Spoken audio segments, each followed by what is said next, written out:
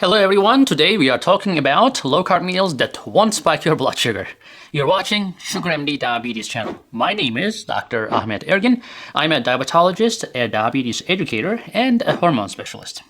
Before we get into it, especially if you have seen some of our videos and already love them, smash the subscribe button right now to avoid missing any content and learn from the expert. Let's get started. I am talking about low-carb foods that are quick and easy to make. Who has time to cook for hours every day, right? In this video, I will first give you some general ideas about how to cook low-carb, and then in the middle of this video, I will give you some specific recipes. So stay tuned. Two things can make the diabetic diet very easy.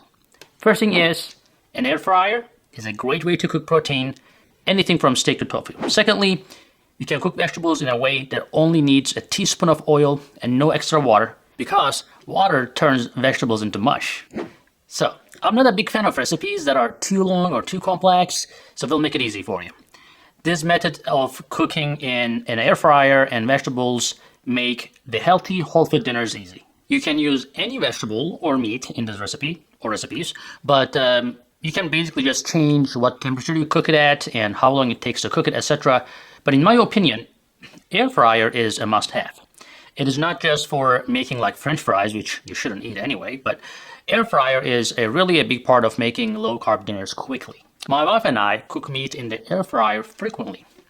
So why should you buy an air fryer if you don't have one, right? I'll give you a few reasons. Number one, well, it gets really hot much faster than an oven, for example. Secondly, it keeps the meat moist while also giving it a taste that comes straight from the grill.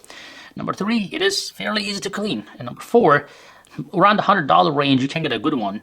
And I will leave a link in the description of this video below to show you what I like in there. And number five, it cooks food quickly. And number six, you don't need to flip or stir. And if you want to cook vegetables in it, you can also do that as well. And we use our air fryer almost every day. I also don't bother to preheat it because it hasn't been a problem for me or for my wife before. If you have an air fryer, here are some of the things that we have cooked before, and I'll share with you. Now, usually it takes 25 to 30 minutes to bake after the oven has been heated up, but it can take longer, right? This is how long the chicken can be cooked in an air fryer, depending on how big it is. So you can save time from heating up the oven. Number two, it doesn't take us to make steaks if you want steaks. They almost always work out perfectly. And you don't even have to flip the steak to cook in there. Another thing you can think about is breakfast with turkey sausage or regular sausage, but I prefer turkey because I think it's healthier. The first thing I do in the morning is to make these, especially on the weekends. I don't have to be afraid that it will burn on one side, etc. And often people say, basically just set it and forget it. So seriously, it only takes 4 minutes in the air fryer at 400 degrees or 200 degrees Celsius to cook that food. Also, it goes well with my son's hot dogs as well. Super easy. Another thing you can think of is hard-boiled eggs. Can also be cooked in there. No need to wait for the water to boil, etc. Cook 2 eggs in the air fryer basket, for example, for 16 minutes at 250 Fahrenheit or 120 degrees Celsius, for 12 minutes at 300 degrees, or 12 minutes at 300 Fahrenheit, 149 Celsius, for example. Another thing you can think of is tofu. If you like the tofu, it's time to take the tofu container out of the water. If you want to cut tofu into cubes, you should do so. You should also spread out in the air fryer, and they should cook for 15 to 20 minutes at 375 Fahrenheit, around 200 Celsius. So this will be the best tasting tofu you will ever have, okay? Now, with the exception of bacon, you can make everything from homemade meatballs to crunchy fried chicken wings and drumsticks to hamburgers and veggie burgers, you name it. You can even make your own meatballs. Of course, you need to check on your food all, through the cooking process. If it is not done yet, just close it again and it will keep cooking for you to your desired temperature. Now, my wife does not cook meat in the oven anymore, unless she is making a lot of Italian meatballs or something, or a Thanksgiving turkey and something like that. Here's another trick for you. It is easy to learn how to steam and saute at the same time, doing both. So when you cook vegetables this way, you get the benefit of both steaming and sauteing, right? So how do you do that? Well, steaming, first of all, softens the vegetables without adding any oil, and sauteing gives them a crispier touch and a better flavor than just steaming. So how do you do that? Well, to start, make sure you have a lot of non-running vegetables in your fridge. This means that you can buy a lot of these vegetables on a Sunday in a farmer's market or something like that, or your grocery store, and use them all week. Now, a lot of vegetables that are in my fridge, and we always use a lot of them. Here are some examples of these vegetables that you need to have in your fridge all the time. Celery, for example, onion, beans that have grown into sprouts, a great replacement for pasta, for example. Brussels sprout, which is a great vegetable, and frozen bags work as well. And carrots, again, you can buy a bag of pre-sliced if you don't have the time for chopping. If you live in America, everything is pretty much ready to go for you for everything, right? So that's a good part of it. But you can do zucchini squash, which is a summer thing, but green cabbage, purple cabbage, scallions, these are the things that you have to have in your fridge. So here's how it works. You can put 3 of these vegetables in a large pan that has a tight lid, okay? And then follow the steps here. So you can put 1 or 2 teaspoons of oil, olive oil, coconut oil, avocado oil, etc. on top of these vegetables and toss them quickly to make sure the oil is spread evenly around the pan. And turn the heat up to medium-high. Like if you're doing an electric one, you can do it like a number 7 and cover it with a lid. It will be ready around 5 minutes. After that, stir the vegetables and cover the pan again. When the lid is on, the water from the vegetables will be used as a steam source, okay? Now, take off the lid after about 5 to 8 minutes, or when the vegetables can be pierced with a fork. Steer for another couple of minutes or so, and then decide what to do with them. The vegetables will be sauteed, giving them a crispier look and a better taste. At the same time, it will be steamed. Now, you can continue to saute for 5 more minutes if you want, but just don't burn it, okay? And then you can add your favorite dressing, low-carb dressing, etc., or a sauce, salt, spices, whatever you want to do. You can do a store-bought, pre-mixed blend, or just salt and pepper will be just fine for some of you. Now, after that, half of your plate should be filled with vegetables, and the other half should be for your meat. That's easy, right? Well, we'll talk more about specific recipes in a minute, but you should know that SugarMD app can also help you figure out how many carbs you have in your meal. So if you don't have our app right now, download it at sugarmd.com or just go to App Store and just search for SugarMD for both Android and for Apple. It's more than likely that most of these combinations will have fewer than 20 grams of carbs in total, which is great. But if you're using a lot of green or purple cabbage, your carbs may start piling up a little bit if you're eating too much of those. Now, how to use herbs and spices? Well, salt is not as bad as long as you eat whole food in moderation and you do not use packaged or processed foods, right? The sodium in your food will be mostly coming from what you put in it, and as long as you are using it with moderation, you should not worry about that too much, etc. Unless you're super salt sensitive with your blood pressure. Keep in mind that if you're adding a lot of herbs and spices to your vegetables, you might want to keep the meat seasoning a little simpler, otherwise it will be too much. Now, another thing to think about is giving your taste buds some time to get used to the taste of the real food. If your diet has been mostly processed and packaged foods, like if you're used to TV foods, these foods may taste bland, but give yourself some time to start tasting the real food. Yeah, you don't really need a lot of teriyaki sauce to make the broccoli taste good. Just give some time to understand the real taste of that broccoli again. Use a flavorful Himalayan pink salt, for example, with other herbs and spices to help your sense of taste reconnect with the real flavors of vegetables rather than just heavy sauces like ketchup and stuff like that. Now, if you are new to seasonings, start with some of the pre-mixed seasonings in the bacon aisle of the grocery store. Now, some of them may have a small amount of sugar in them, but the amount that ends up on your plate will be fairly small. A few simple combinations could be, for example, you can combine paprika and celery. You can do salt and thyme and rosemary. Some Italian herb blend will be great, or garlic salt. You can use Parmesan cheese with some salt and celery. You can combine paprika with other combinations, etc. Now, some of the meat seasoning ideas for you is you can do a dry rub. Now, spices, you can basically mix them up and basically rub on the meat right before cooking. You can do condiments with a little sugar in them if you want to brush the meat with something before and after. So there are a lot of different things you can buy in the store about that as well. And number 3 will be, I would say, just make your own, right? To make your own low-carb seasoning, you can basically mix some herbs and spices to your taste. If you want to add some allulose to make some sweet taste to it, like the restaurant style, that's fine.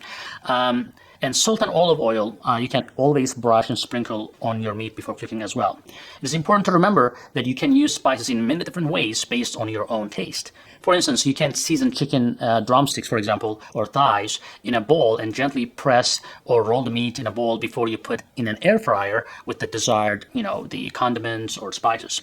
You can mix sliced or cubed meat with spices in a bowl as well. You can wait until the meat is done or tender before you start cooking them, etc. So you can do all sorts of ways.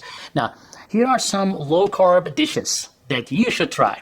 Well, you should use the air fryer and the steamer or the steam and saute methods to make a few of my favorite dinner recipes. And when you're cooking these recipes, always start with the meat first because it takes the longest time to cook the meat, and then move on to other things like your vegetables. If you want to cut and saute your vegetables while the meat is cooking, great, do so. There aren't any quantities in this recipe that I'm going to give you because the idea is that you can change the amount to meet your needs, and they're simple. You don't need to get out like the measuring cups and spoons and weighs and stuff like that. So we're just going to use some simple taste veggies and some meat recipes, and you'll be good to go. Now let's talk about the first one. The first one is Italian night. Well, when you're married to an Italian, that's what you do, right? You gotta have some Italian nights. Well, I would say the ingredients will be like turkey-based sausage or a regular sausage. I prefer turkey over a regular sausage. And the beans that have grown into sprouts, sliced onions. You can use carrots in small pieces. Like I said, you can buy it in already chopped ones. Parmigiano Reggiano cheese. Remember this cheese from the best cheeses video that we have done before? So check that out. And you can of course use salt and garlic in that as well. Now here are the directions. In the air fryer, put the Italian sausage in and of course turn it on. If you don't turn it on, it's not going to cook, right? So preheat the oven to 350 Fahrenheit or 180 Celsius. Bake about 15 minutes. And in order to make sure the sausage is done, you can slice one open. And the vegetables should be steamed or sauteed while the meat is cooking. Now toss the vegetables with Parmesan cheese, some salt and garlic salt as soon as everything is done cooking. After cutting the sausages, you can just basically serve them and enjoy. Now if you want to cut down on your carbs but still want a side dish, I would try a low-carb edamame spaghetti. You can find some recipes online about that too. Now second recipe I'm going to talk about today is chicken thighs and zucchini medley. Now, what are our ingredients in this one? Well, you can use chicken thighs, you can do Caribbean jerk blend, you can use sliced onion, sliced zucchini, sliced carrots. It is best to apply the Caribbean jerk blend to one side of each chicken thigh, and then you can basically cook the chicken. That's that easy, right? And you can do the air fry, the chicken thighs for 20 minutes around 375 degrees or 190 Celsius. And to make a vegetable stir fry, put all your vegetables in the pan and cover with a lid. And then the food will be steamed and sauteed for you. Now, the next on the list is chicken, apple, sausage, and bean sprout medley. Now, the ingredients for that is chicken sausage and apples, of course, sliced onion, a bag of bean sprouts, some chopped celery, and Himalayan pink salt. You can use Parmesan cheese as well in that recipe. And to slice sausages into bite-sized pieces with a sharp knife, of course. And then air fry should be set at 350 Fahrenheit or 180 Celsius, and you cook it for 15 minutes. Now in the frying pan, you mix the vegetables together, and then you can make the vegetables steamed and sauteed as we discussed before. And you can add some Himalayan pink salt and Parmesan cheese to the vegetables and toast them and mix them up well. The next recipe is steak, onions, and sprouts, and yellow squash. So the ingredients will be, of course, steak, chopped onions, yellow squash, chopped bag of bean sprouts, 1 to 2 teaspoons of olive oil, Himalayan pink salt. And the directions are going to be the air fry steaks for 15 to 20 minutes at 375 Celsius or 190 degrees. Depending on how you want them cooked, you can decide on the time. And make small pieces of onion and yellow squash. Now pour some olive oil into a frying pan and put the onion and squash and the bean sprouts in there. And then the food is, just steam the food and saute as we discussed before. Add some Himalayan pink salt to the vegetables and the meat to make them taste wonderful. Now, number 5 on the recipe is low-carb fried chicken. Now, you're going to be like, fried chicken? Really? Oh yeah, it can be done. Hear it out. You're going to have the ingredients-wise the chicken thighs or chicken tenders. You're going to have low-carb flour. It could be chickpea flour, almond flour, or coconut flour. You're going to have a lot of eggs, around 12 eggs, and breadcrumbs with low-carb, and then your favorite chopped vegetable combination, whatever you like. Now, how do you do that? Well, chicken thighs or tenders should be cut into finger food-sized pieces before they are cooked and served, okay? And then fill half of a big zip-top bag with some chicken bits. Shake the bag with half a cup low-carb flour until all the chicken is covered. And then if you need to add another egg to the bag and shake it until the chicken is evenly covered, you can do that as well. And of course, you're coating the chicken in a low-carb breadcrumbs in this case, and then you can basically cook it and serve it. Now, put everything in the basket of the air fryer and turn the machine to cook, of course.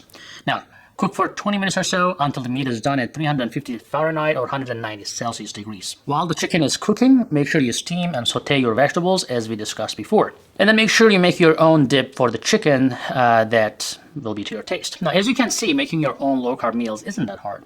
It doesn't take a long time either. So if you want to make your food taste better, keep a lot of vegetables in the fridge or freezer, as well as a variety of seasonings and some low-carb sauces in your kitchen.